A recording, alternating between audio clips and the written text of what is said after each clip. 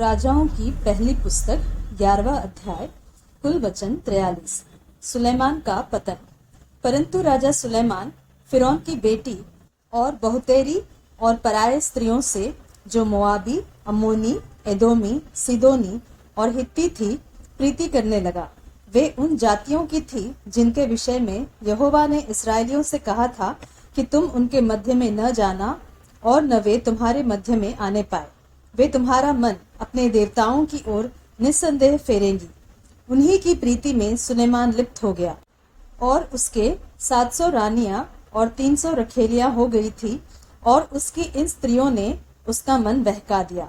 सो जब सुलेमान बूढ़ा हुआ, तब उसकी स्त्रियों ने उसका मन पराये देवताओं की ओर बहका दिया, और उसका मन अपने पिता दाऊद की नाई अपने परमेश्वर यहोवा पर पूरी रीति से लगा न रहा। सुलेमान तो सिदोनियों की अश्तोरेत नाम देवी और अम्मोनियों के मिल्कोम नाम घृणित देवता के पीछे चला। और सुलेमान ने वह किया जो यहोवा की दृष्टि में बुरा है, और यहोवा के पीछे अपने पिता दाऊद की नाई पूरी रीति से न चला।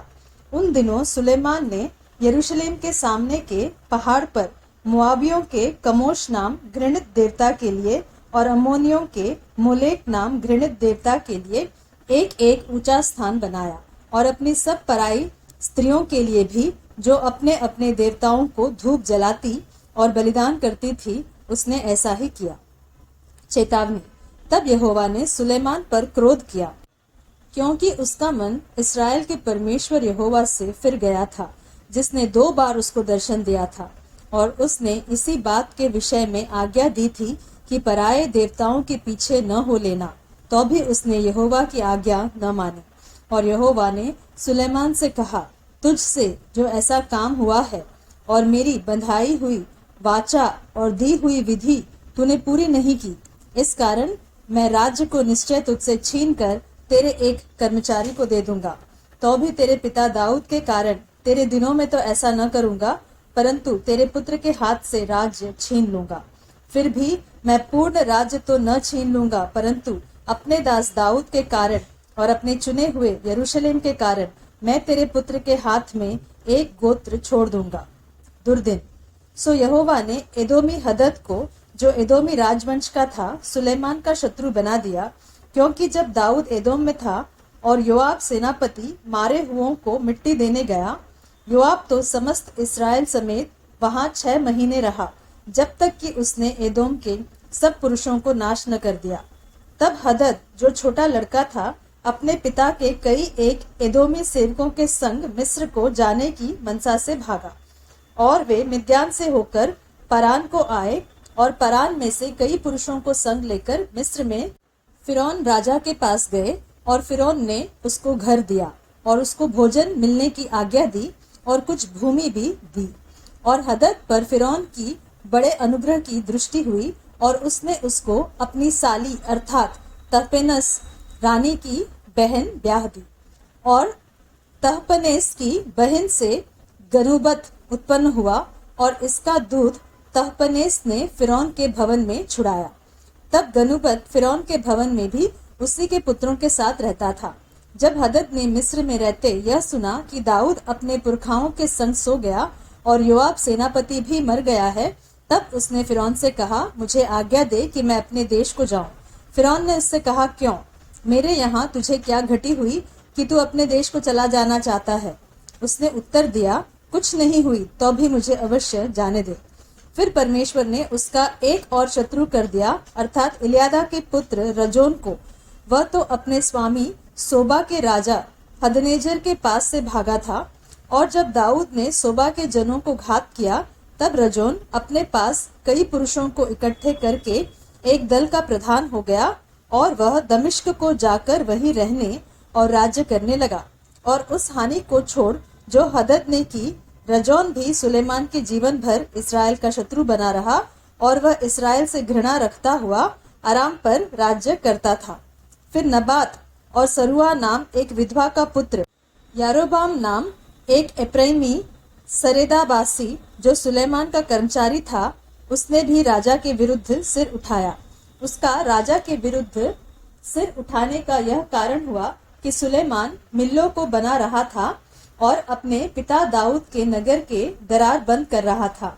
यारोबाम बड़ा शूरवीर था और जब सुलेमान ने जवान को देखा कि यह परिश्रमी है, तब उसने उसको यूसुफ के घराने के सब काम पर मुखिया ठहराया। अहिया की भविष्यवाणी।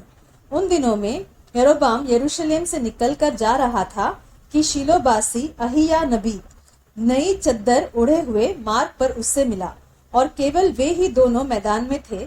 और अहिया ने अपनी इस नई चद्दर को ले लिया और उसे फाड़ कर 12 टुकड़े कर दिए।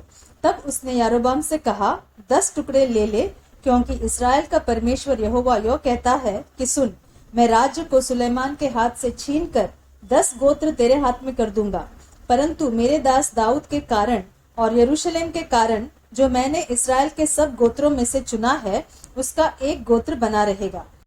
इसका कारण यह है कि उन्होंने मुझे त्याग कर सिदोनियों की देवी अश्तोरेत और मोआबियों के देवता कमोश और अम्मोनियों के देवता मिल्कोम को दंडवत की और मेरे मार्गों पर नहीं चले, और जो मेरी दृष्टि में ठीक है वह नहीं किया, और मेरी विधियों और नियमों को नहीं माना, जैसा कि उसके पिता दाऊद ने किया। तो भी मैं उसके हाथ से पूर्ण राज्य न ले लूंगा, परंतु मेरा चुना हुआ दास दाऊद जो मेरी आज्ञाएं और विधियां मानता रहा, उसके कारण मैं उसको जीवन भर प्रधान ठहराए रखूंगा। परंतु उसके पुत्र के हाथ से मैं राज्य अर्थात 10 गोत्र लेकर तुझे दे दूंगा, और उसके पुत्र को मैं एक गोत्र दूंगा, इसलिए कि यरूशलेम अर्थात उस नगर में जिसे अपना नाम रखने को मैंने चुना है, मेरे दास दाऊद का दीपक मेरे सामने सदैव बना रहे। परंतु तुझे मैं ठहरा लूंगा और तू अपनी इच्छा भर इसराइल पर राज्य करेगा। और यदि तू मेरे दास दाऊद की नाई मेरी सब आज्ञाएं माने और मेरे मार्गों पर चले, और जो काम मेरी दृष्टि में ठीक है वही करे, और मेरी विधियां और आज्ञाएं मानता रहे, तो मैं तेरे संग रहूंगा, और जिस तरह मैंने दाऊद का घराना बनाए रखा है, वैसा ही तेरा भी घराना बनाए रखूंगा, और तेरे हाथ इसराइल को दूंगा। इस पाप के कारण मैं दाऊद के वंश को दुख दूंगा, तो भी सदा तक नहीं। और सुलेमान ने यारोबाम को मार डालना चाहा, परंतु यारोबाम मिस्र के राजा शीशक के पास भाग गया और सुलेमान के मरने तक वही रहा। सुलेमान की मृत्यु।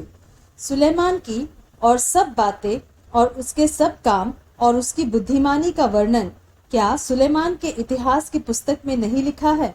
सुलेमान को यरूशलेम में सब इसराइल पर राज्य करते हुए 40 वर्ष बीते, और सुलेमान अपने पुरखाओं के संग सोया, और उसको उसके पिता दाऊद के नगर में मिट्टी दी गई, और उसका पुत्र रहोबियाम उसके स्थान पर राजा हुआ।